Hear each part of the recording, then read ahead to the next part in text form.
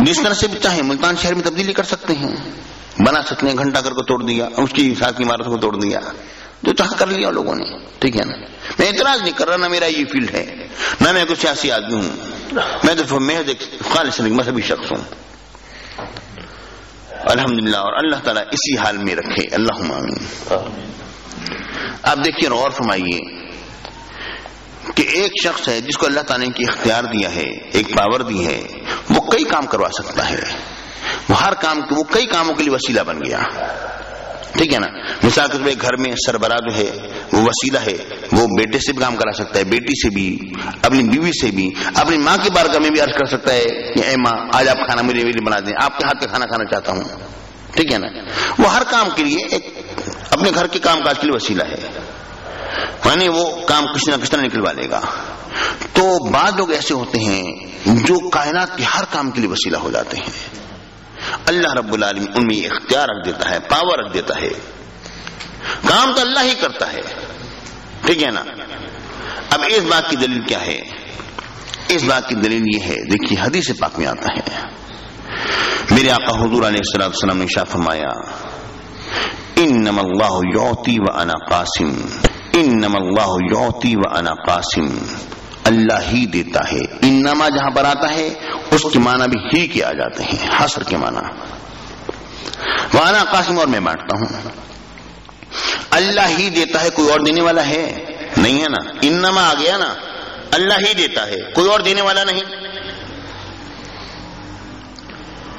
اور بخاری شریف میں دوسرے مقام پر یہ حدیث پاک اس طرح آتی ہے انما انا قاسم واللہ یعطی, میں ہی تقسیم کرتا ہوں اور اللہ عطا فرماتا ہے.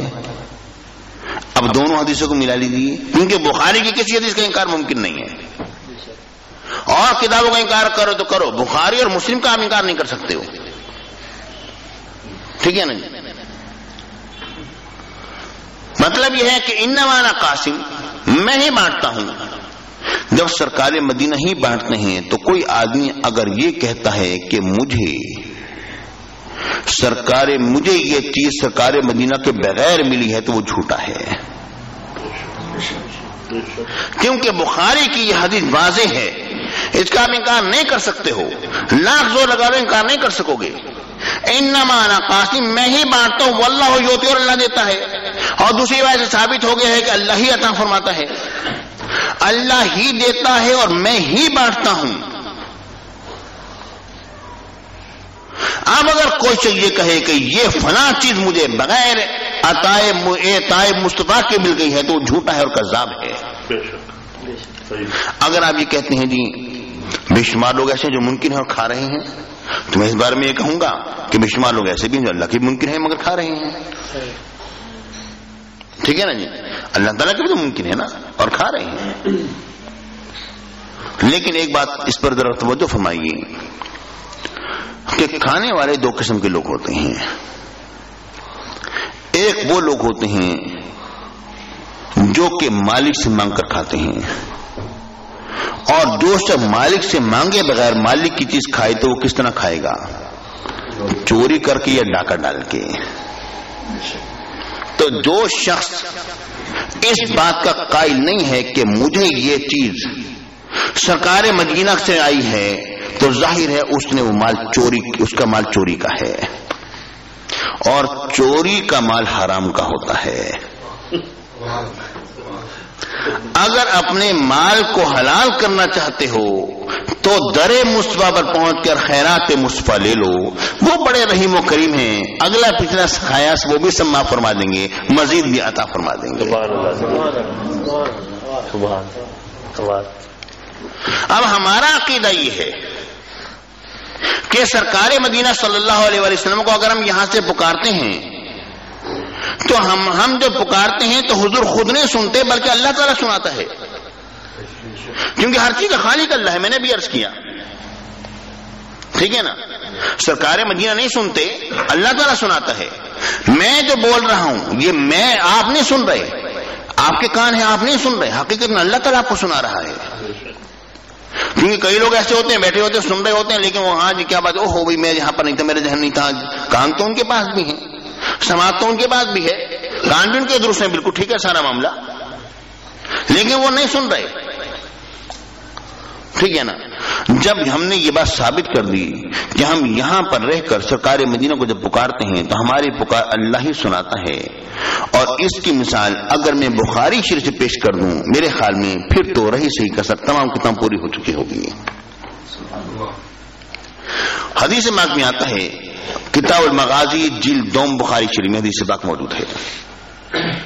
میرے آقا سرکار مدینہ صلی اللہ علیہ وسلم نے اپنے چند صحابہ کا نام کے مختصر چند صحابہ کا نام کے ایک دستے کو روانہ فرمایا کہ وہ جا کے قریش کی جاسوسی کر کے آئیں کہ وہ قریش کیا کچھ کر رہے ہیں. ادھر ان کو معلوم ہو گیا یہ معاملہ ہو گیا ہے. قریش نے ان کی ڈھونڈنا شروع کر دیا, تلاش کرو کہاں پر ہیں. قریش کو کہیں پر کھجوروں کی گٹھلیاں ملی, انہوں نے اٹھائی اور دیکھا او یہ تو مدینہ منورہ کی کھجوروں کی گٹھلیاں معلوم ہوتی ہیں,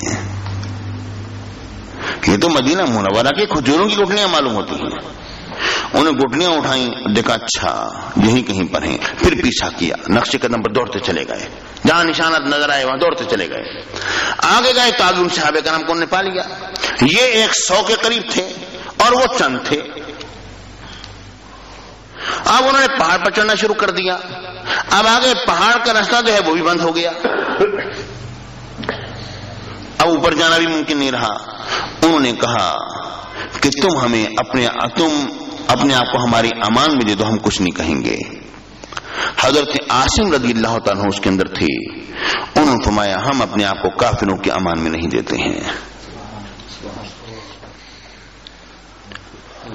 تو اس موقع پر حضرت عاصم رضی اللہ تعالیٰ نے وہاں پر ایک نعرہ لگایا. بخاری شریف میں کتاب المغازی کے اندر یہ نعرہ موجود ہے.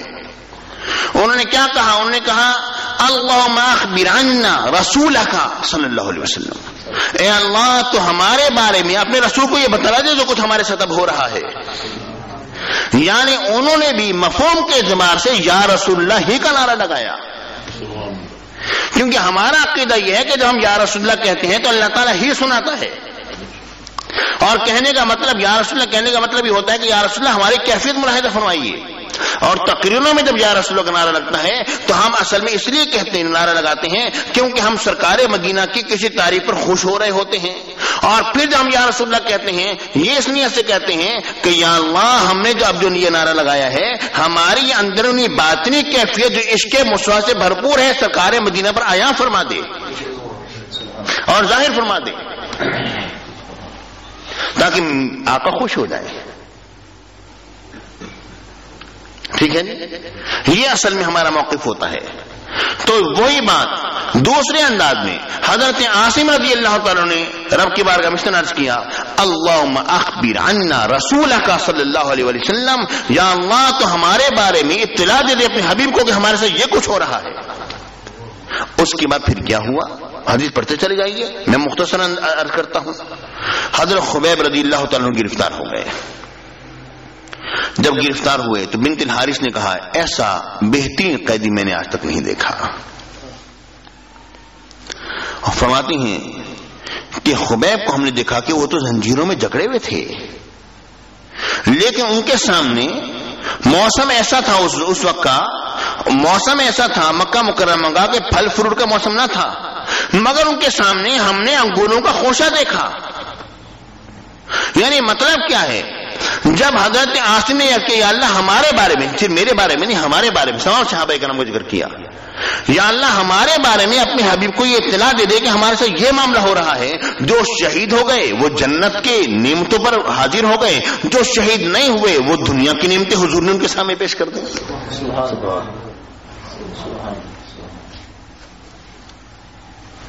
کیونکہ انہوں نے سرکار مدینہ کو پکارا تھا نا کہ ہمارے اوپر یہ مشکل ہو رہی ہے, ہمارے اوپر یہ مصیبت ہے, ہماری اطلاع ہو جائے.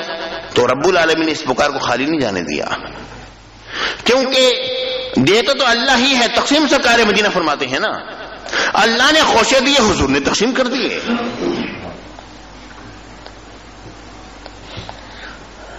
رب العالمین نے خوشی عطا فرمائے, میرے آقا نے تقسیم فرما دی. تو مطلب یہ ہو گیا کہ اگر ہم اللہ کے علاوہ کسی بھی اور کو پکارتے ہیں تو یہ ہمارا پکارنا دراصل حقیقت اللہ ہی کو پکارنا ہوتا ہے. ان کو ہم اسباب اور وسائل سمجھتے ہوئے پکارتے ہیں, لیکن بعض لوگ وہ ہوتے ہیں جو ہر کام کے لیے سبب اور وسیلہ ہوتے ہیں. رب العالمین ان میں ہر قسم کی قوت اور طاقت کو رکھ دیتا ہے جو چند کاموں کے کرنے کا سبب اور وسیلہ بن جائے, جو اس ایک شہر کا والی بن جائے, جو اس شہر کے حکمران بن جائے, لوگ اس کے محتاج ہوتے ہیں, اس کا احترام کرتے ہیں. تو اصل میں وہ کام تو اللہ کرتا ہے, وہ تو شہر کا ایک والی ہے نا, ایک سبب اور وسیلہ بنا ہے نا, کام تو اللہ کرتا ہے نا. تو جن لوگوں نے وسیلے کا انکار کیا اس طور پر کہ اولیاء اللہ اور انبیاء کرام کو وسیلہ نہ مانا جائے, اس کے پیچھے ان کی وہی سازش تھی. اصل میں وہ یہ بات سمجھتے تھے کہ جس کو وسیلہ مانا جاتا ہے اس کا تو احترام دل میں بیٹھ جاتا ہے. ٹھیک ہے نا جی, جس کو وسیلہ مانا جاتا ہے اس کا تو احترام دل میں بیٹھ جاتا ہے نا کہ وہ وسیلہ ہے اس کام کرنے کا. اور اگر یہ معلوم ہو جائے کہ ہمارے دل سے بھی کوئی بات گزرے تو انہیں خبر ہو جاتی ہے, تو انسان دل اور دماغ کو بھی ان کے بارے میں ہمیشہ باادب رکھتا ہے, باادب, ملاحظہ, ہوشیار. ٹھیک ہے یا نہیں, کہ ہمارے ذہن اور دل میں بھی اگر کوئی بات ایسی گزری تو ان کو اطلاع ہو جائے گی. یہ اصل میں یہ دونوں چیزیں جو انکار جو کیا گیا ہے وسیلے کا اور علم غیب کا, اس لیے انکار کیا گیا کہ وسیلے کے انکار کرنے سے اولیاء کی عظمت ختم ہوگی, کیونکہ وہ تو وسیلہ نہیں, کام تو اللہ کرتا ہے, ختم ہو گئی. ٹھیک ہے نا جی. اور علم غیب کا انکار اس لیے کیا گیا تاکہ اولیاء اور انبیاء کی عظمت ختم ہو, کہ ہمارا عقیدہ یہ ہے کہ ہم یہاں سوچیں تو سرکار مدینہ وہاں پر سمجھیں. ٹھیک ہے نا, تاکہ عظمت مصطفیٰ ختم ہو جائے. اصل مسئلہ سارا صرف یہ ہے. اور یہ جو معجزات اور جو کرامات کا جو ایک طرح سے انکار ہو رہا ہے, انکار تو نہیں کر پاتے, مگر اس کو کہتے ہیں ہاں جی یہ تو خرق عادت کام ہے, اللہ تعالیٰ بس بندوں کے ہاتھ پر ظاہر کر دیتا ہے, جس کے ہاتھ پر چاہتا ہے ظاہر کر دیتا ہے. اس سے گزر جاتے ہیں, اس کو کوئی اہمیت نہیں دیتے. انکار تو کر نہیں سکتے کیونکہ قرآن مجید اور احادیث مبارکہ میں معجزات اور کرامات کا ذکر ہے. ٹھیک ہے نا, انکار تو کر نہیں سکتے ہیں. تو اس سلسلے میں کیا ہے, وہ اصل میں گزر جاتے ہیں چپ کر کے, بس چھوڑو آگے چلو. وہ کیوں ہے؟ وجہ یہ ہے کہ جب یہ معلوم ہو جائے گا نا یہ ایسے کام کر سکتے ہیں جو ہماری عقل سے ماورا ہیں, تو ان کا مزید احترام ہمارے دل میں بیٹھے گا, مزید ان کا ادب ہمارے دل میں بیٹھے گا. اب جب یہ بات آ گئی کہ وہ قبر انور میں بھی ہو تو ہماری بات سنتے ہیں, تو حضور کو مردہ اس لیے کہا گیا کیونکہ نعوذ باللہ معاذ اللہ کہ ان کا احترام ختم ہو جائے دل سے. کیا وہ ختم ہو گیا, مر گئے, معاملہ ختم ہو گیا, نعوذ باللہ معاذ اللہ. لیکن ابن تیمیہ نے جب یہاں تک کہہ دیا, شیخ الاسلام ابن تیمیہ نے, کہ سرکار کی بارگاہ میں واجہ شریفہ پر کھڑے ہو کر حضور پر سلام پڑھو تو حضور سنتے ہیں, تو حیات النبی تو ثابت ہو گئی نا.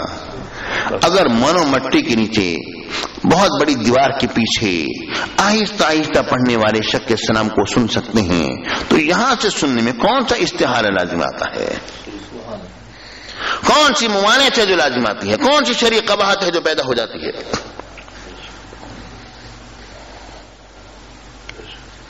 میرے خیال میں آج ہم نے اس موضوع پر سیر حاصل گفتگو کر لی, اور جو شخص بھی اس بات پر غور کرے گا اور سوچے گا وہ سمجھ لے گا کہ اصل معاملہ کیا ہے اور حق کیا ہے اور باطل کیا ہے. ہمارا عقیدہ یہی ہے, ہمارا حقیقی مددگار اللہ ہی ہے. اولیاء اور انبیاء اللہ تعالیٰ کے بنائے ہوئے اسباب اور وسائل ہیں, یہ ذرائع ہیں جو ہماری مدد نصرت فرماتے ہیں. ہر شخص ہر کام کے لیے وسیلہ نہیں ہوتا, مگر اولیاء اور انبیاء میں وہ قوت اور طاقت رکھی گئی ہے کہ وہ کام کر گزرتے ہیں جو کوئی شخص نہیں کر سکتا ہے, اور ان کا احترام ہمارے دلوں میں ہے. رب کی بارگاہ میں دعا ہے, یا اللہ عشق مصطفیٰ اور حب اولیاء عطا فرما. آمین. وآخر دعوانا ان الحمد للہ رب العالمین.